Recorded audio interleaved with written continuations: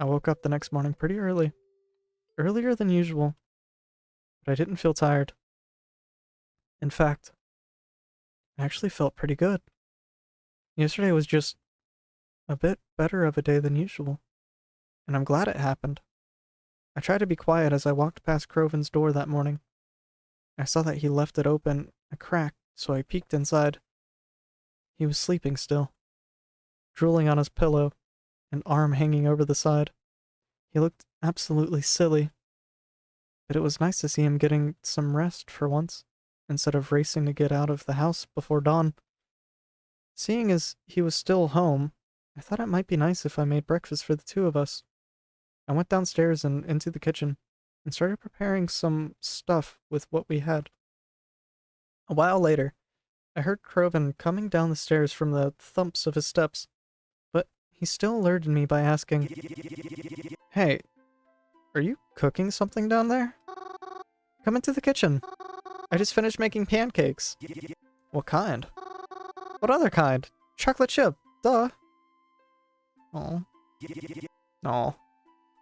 You're right. It was foolish of me to ask.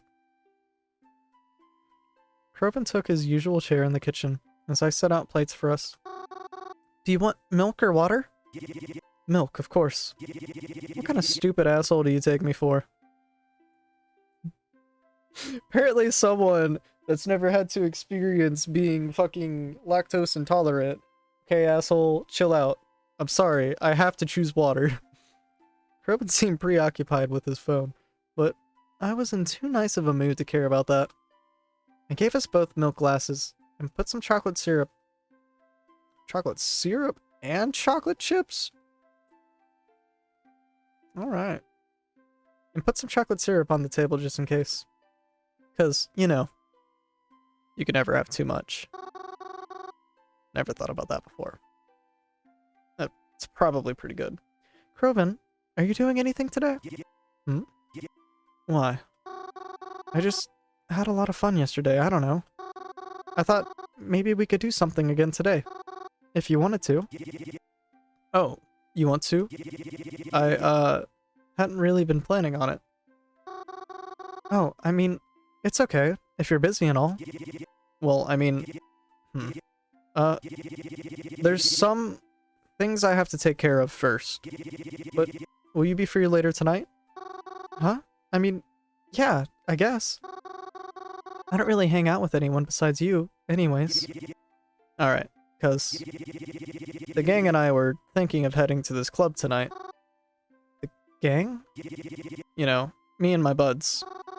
Oh, I've heard you talk about them, but I've never met them before. See? Perfect then. You could come to the club with us, meet them. We can let loose over a few drinks. It's all good. I don't drink, but I didn't terribly mind going to a club with Croven. I had never really been to a club before, and even though I'm sure I'm not really the kind of crowd they expect to see there, I was always curious to see what one was like. So, I looked forward to it. I tried to keep myself busy throughout the day. I cleaned the cabin a bit, as it had been getting a bit out of shape, and tried to start a grocery list, since I was sure we'd have to go on a run soon. Despite how I thought I might feel, I was excited, actually. I had never met these friends of Croven, but I know that he's known them for a while. At least since he's been living closer to Blackwood, but maybe even earlier. There's been times where Croven would rush out of the house during dinner just to go meet them. At least, I always assumed it was them. He's always hanging out with them, as far as I know. Despite how much time he seems to spend with them, I've never met them, or have even seen what they look like before. I always hear good things about them from him, so, at the very least, I trust that they're nice people. I hope they like me. I kept up with Croven throughout the day. I had to ride the bus into town without him this time, but that was okay. The hard part was following his directions. The club seemed like an awful lot of work to get to, but I was eventually able to find it, after I realized I was sunken into the sidewalk. There was a staircase leading down to the entryway, and I heard Croven yell, "Aha! There she is!" As I cascaded down them, and finally met the people I'd heard so much about. Here she is. Gal of the hour. I've heard such great things about you. I heard nice things about you, was all I could mutter out. They appeared more rough than I was expecting. I mean, I knew that was the kind of look and crowd Croven liked to hang around, but maybe I wasn't as ready to meet them as I thought. Alright, check them out. Fellas, this is Mary. Mary, these are the fellas. My dude over here is Theodore. My other gal over here is Zapara. Yo. Aw, she's kinda cute, Croven. In a scary kind of way. Yeah. Creepy cute, as they say. I like her eyes. They're just screaming like, hey, looky, I've got a demon inside me. I like her horns too. Really sells the look. Croven's friends. I wasn't sure how to feel about their compliments, or how they were looking at me. It felt as if they were eyeing me down, and they stood off mostly to Croven's other side. I wish they'd stop looking at me like that. I wasn't really sure what to say. Alright. What are we waiting for then? Let's get in there. I peered around Croven and his pals. There was a bouncer in front of the door. He seemed like a giant compared to us. I could also see that he was kind of glaring at us. I whispered over to Croven. Is that guy going to let us in? Huh? Oh, no, definitely not. It's cool though. I'm gonna be a distraction. Then you guys will run in, and I'll find my own way in. Huh? We've done this plenty of times before, so don't worry about it. I promise it's gonna be okay. If you say so, dude. I trust you. I mean, you seem to know your way around this better than I do. Atta girl. It's easy. You don't even have to do anything. Except, go with the flow. I watched as Croven walked right up to the bouncer and promptly kicked his... Oh dear. Croven then zipped right past us, the bouncer charging down his path, missing the rest of us by a hair. Before I could even call out to him, I felt a tug on my arm as Theodore and Zapara pulled me to the door. Come on, dumbass! That's our opening! And I was brought inside without any more protest. I forgot how loud clubs are supposed to be.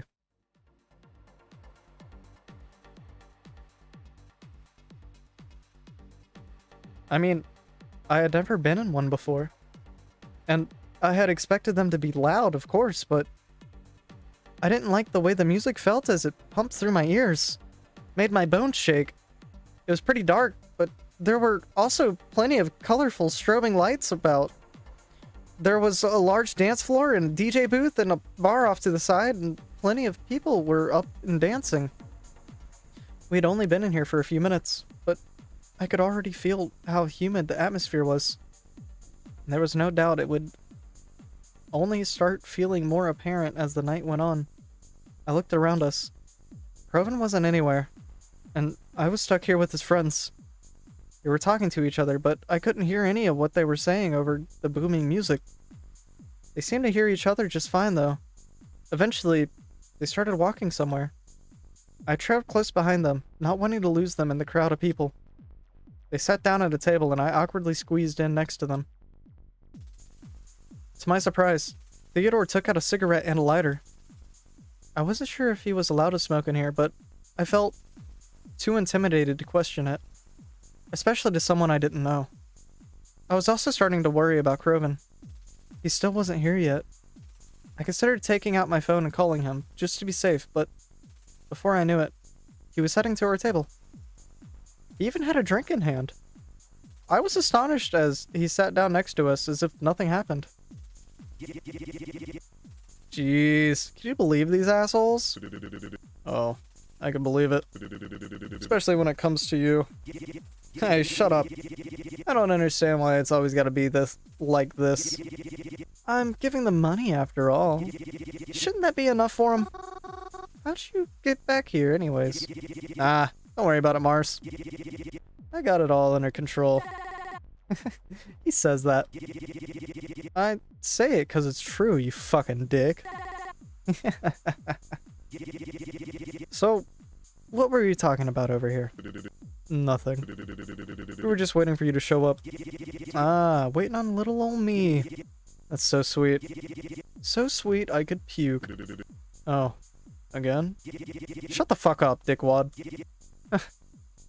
Crevin and his friends laughed amongst each other.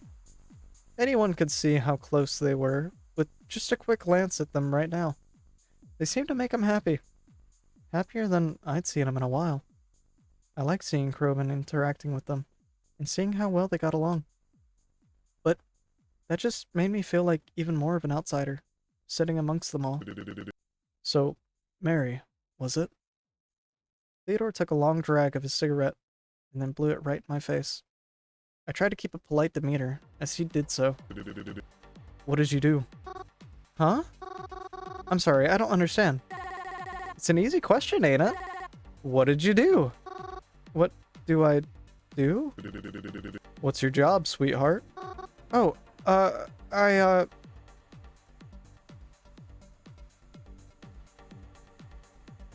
currently not working, but it's just been a bit of a difficult time right now. Luckily, I've been able to stay with Crevin while I try to sort things out. He's been very generous letting me stay. Oh, Croven's letting you have it easy, huh? You mooch off him then. You're playing things smart if you are. That's... What's he brought for you? What's he bought for you, huh? Huh? If it's a jacuzzi, can I try it? Hey, knock it off. Oh, no, it's not like that. Unless it is. Does Crobin think I'm mooching off of him? You would say that. Huh. I'm not following. Don't worry about it. Zep's just a fucking idiot. Yeah, says you. Point proven. Anyway, so Mary, where'd you get those eyes, huh? Oh, my parents gave them to me. Jeez. Must have been a disappointing present. If my mama gave me eyes like a dead fish, I'd have been bawling. I hope they kept the receipt. She's just joshing you. Don't take it too seriously. Yeah, I'm just having a bit of fun. I think Mary is too nice of a name for her, though. Nice? Nice, like, soft. It's too soft. Like a pansy. If she's gonna be hanging with us, she needs a cool name. Should we call her Mars, too, then? Buzz off. Only I'm allowed to call her that. Oh, I know. We could call her Scary Mary. Scary Mary? Well, hold on now. It's pretty fitting, I think. You think I'm scary? Oh, definitely. Like, I'm scared when I go to sleep tonight. You'll be standing at the foot of my mattress. And you'll say something like, only a week remains. I mean, I guess I can kind of see that. You can? She ever do that to you, Crevin? Nah, I'm just joking. Mary's too soft. She's like a marshmallow. Well, you know what we do with marshmallows, right? I felt weird. Everything just felt like too much. Like there wasn't enough room for everything that was happening. The lights, the music, the people, Crovin's friends. It was all a bit too much for me. I need to... Excuse me. I'm going to the bathroom. Oh, that's it. She's like Bloody Mary. Sneaking into the bathroom to take her next victim through the mirror. Be easy on him, won't you? The lights in the bathroom ain't that good. You'll scare the shit out of someone looking like that. I got up from the table and squirmed my way throughout the crowd looking for the ladies' room. I'd begun to regret coming here, even if it weren't for the way his friends were talking. I wasn't a fan of this atmosphere. It was all so loud and so bright. I never liked this kind of stuff. Why did I come again? I went into the bathroom, and only there did I realize how sweaty I was. It felt gross. I went over to one of the sinks and rinsed my hands and face with some cold water. Proven never told me his friends were like that. When he used to describe them to me, they always seemed so much nicer through his words. Although, should I have expected any different? I always knew these were the kind of people Crobin liked to hang out with. I don't know why. Crobin's such a nice person. Even if he hasn't been the nicest lately. Still, Crobin being moody. He doesn't mean it. Just because he's been cranky lately, that doesn't mean he means to hurt my feelings.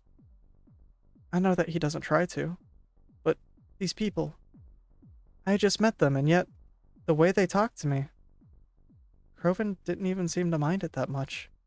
Maybe I was the problem then. I probably shouldn't have taken things so seriously. Before I could have my thoughts to myself much longer, though, someone opened one of the stalls behind me. I hadn't even noticed someone was here. It's a good thing I wasn't thinking out loud. She approached the sink to wash her hands, and I realized it was... Twyla? Oh. Hey. Didn't expect to see you here. Doesn't really seem like your type of event. No offense. I could say the same about you. What are you doing here? I come here a lot, actually. Really? I wouldn't have expected that from you. Well, it's not a lot. I just meet up with some friends here every once in a while. It's where they like to be. How about you? Crobin wouldn't like if he found out I was talking to Twyla right now. I don't know how Twyla feels about him, so it might not be the best time to bring him up to her. Oh, I was just invited by a friend. I had never been to one of these places, so I thought it could be nice. But it's really loud out there. And my friend brought some of his other friends, and they're what? I don't know. Obnoxious, maybe? I don't know. That feels mean to say, but they feel kind of mean to me. Mean how? I don't know, like, comparing me to Bloody Mary and stuff? Gross. That sucks. That's why I'm in here, actually. I don't really think I want to go back out again. I could do you a favor if you'd like. Huh? My friends and I, we actually sit in the VIP area. It's a lot more chill over there, for lack of a better word. Wait, you're actually inviting me? We haven't even known each other for that long. And VIP rooms are expensive too, aren't they? It's fine. We're going to be working together, right? So we should help each other. Besides, I have a feeling you're not really going to come back to this place after tonight. So I don't think anyone will be bothered by you just being here one time. What should I do? Twyla's offer does sound very appealing, but Crobin invited me here. Can I really just leave him alone? I know he's with friends, but still. What if he starts wondering about me? And if he finds out that I was hanging around Twyla, he might get upset with me again. Our relationship was starting to get better. I don't want him to get mad at me again. What should I do?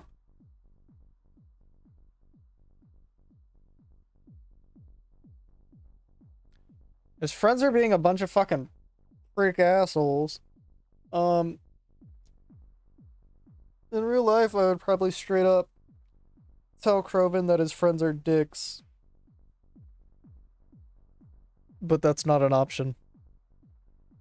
So I guess I'm gonna just take Twyla up on her offer. That sounds really nice. Thank you. You're welcome. I left the bathroom with Twyla. It almost seemed as if there were more people now than when I had entered. I suppose it was completely possible, but it made me feel claustrophobic as I exited the muffled comfort of the bathroom. Twyla snapped me out of it, though. She gestured for me to follow her, and so I did. We squeezed past people until we made it to a pair of big double doors. There was a tall man standing before these doors, too. And there was even a red velvet rope, like the kind you see in movies. I'd never thought I'd see one in real life. How expensive was this room? Upon seeing Twyla, the man reached over to unhook the rope and open the door, allowing us entry. I followed Twyla inside. As the door closed behind us, I instantly felt more at ease. Twyla was right. It was a lot more chill in here. For starters, it was much more well lit. No flashing lights, just pretty chandeliers that radiated a warm, sophisticated aura. The music in here was also a lot calmer. Didn't quite make my ears ring like the music outside did. I could still feel the muffled thumps of the outside music, but it didn't bother me nearly as much now. They had their own music playing. It wasn't completely my style, but still. Plenty preferable as to what was out there. I continued to follow Twyla as she walked over to one of the tables. There were a few tables in here, some more crowded than others, but there was still a fairly small amount of people in here. The table Twyla approached already had someone sitting at it, but she appeared to know Twyla, as we made our way over and sat down beside her.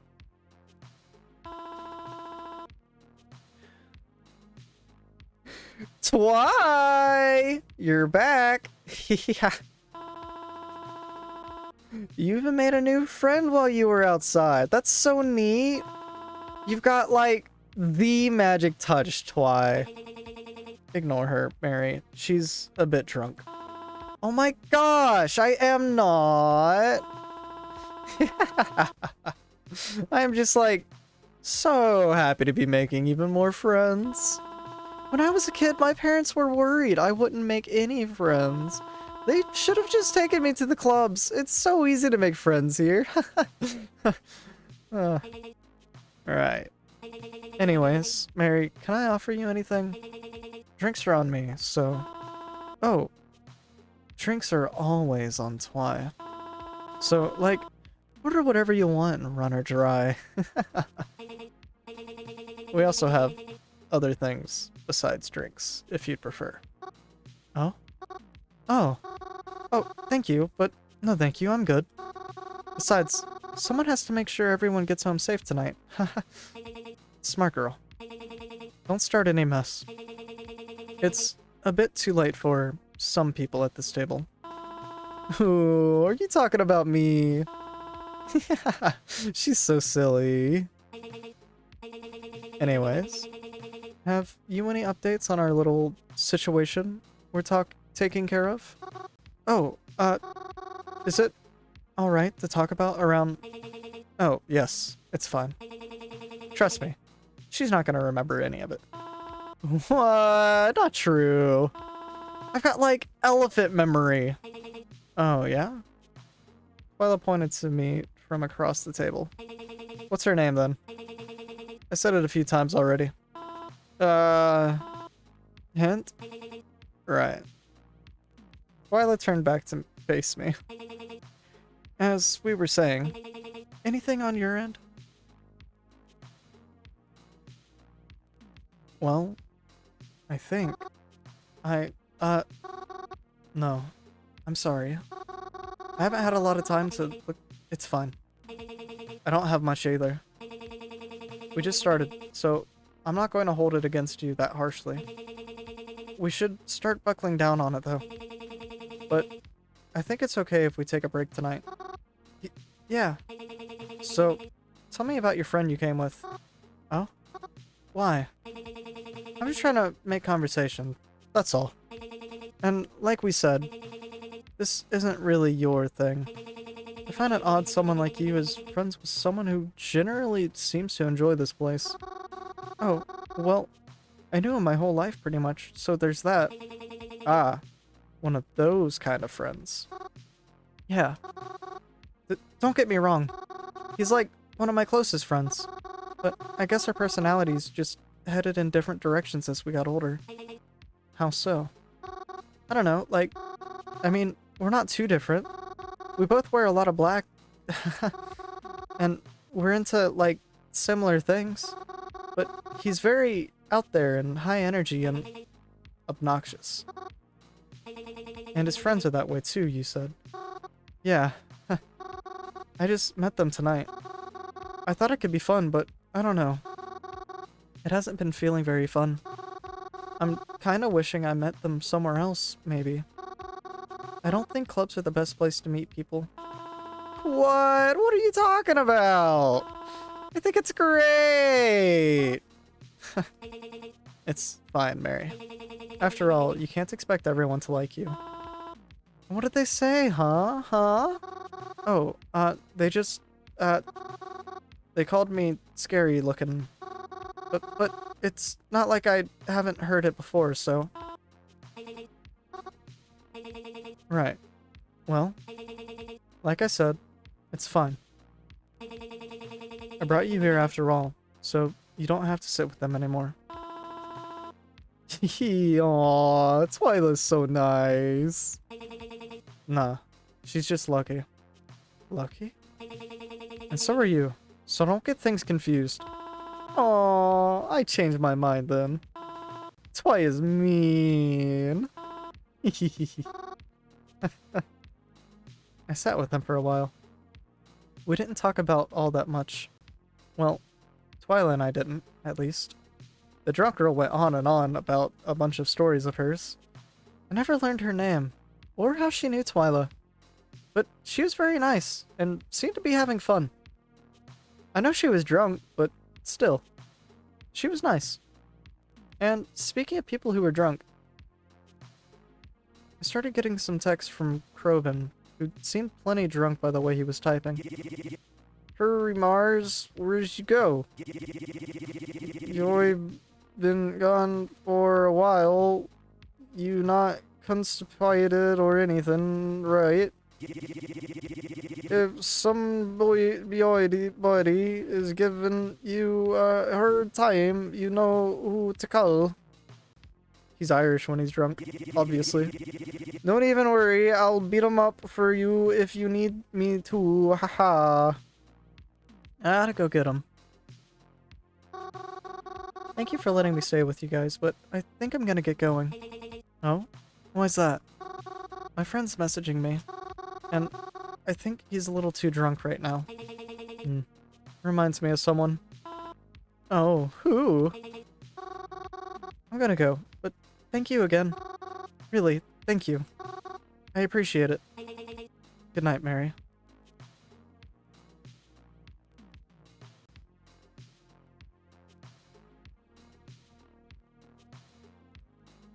What did you do with my parents?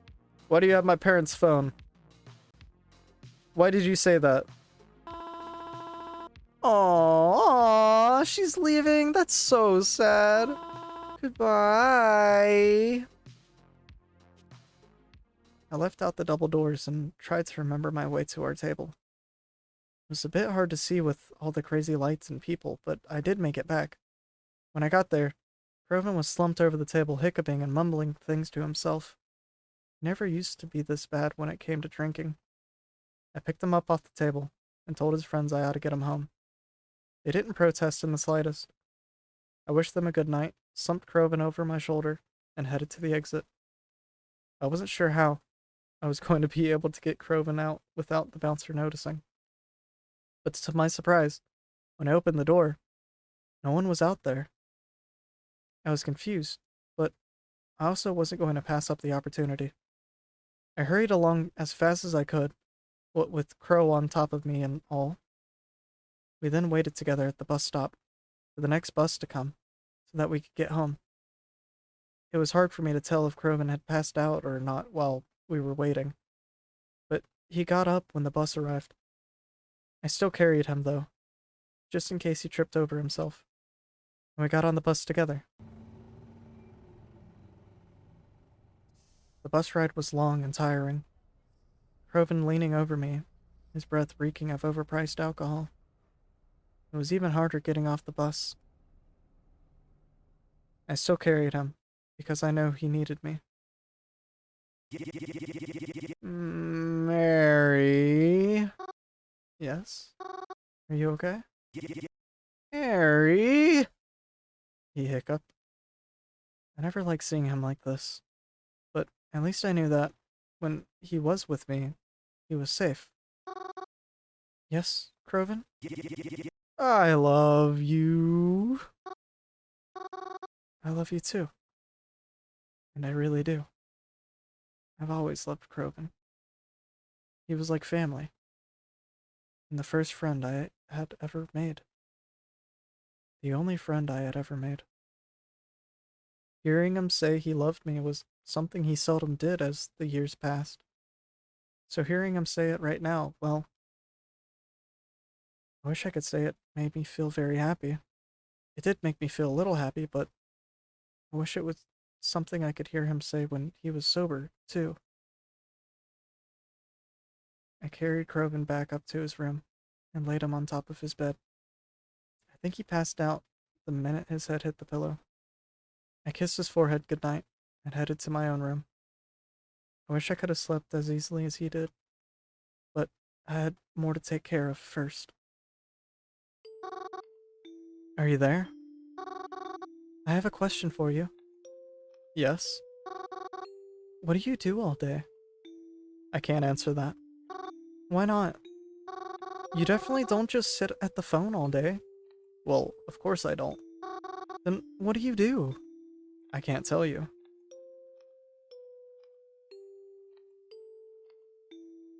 Is it because you're scared? Don't be silly. Of course I'm scared. Really? I have every reason to be. Maybe even more reasons than you do. If you can believe that. You still haven't answered me, though. What is it that you do? I'll look out for you. Good night, Mary.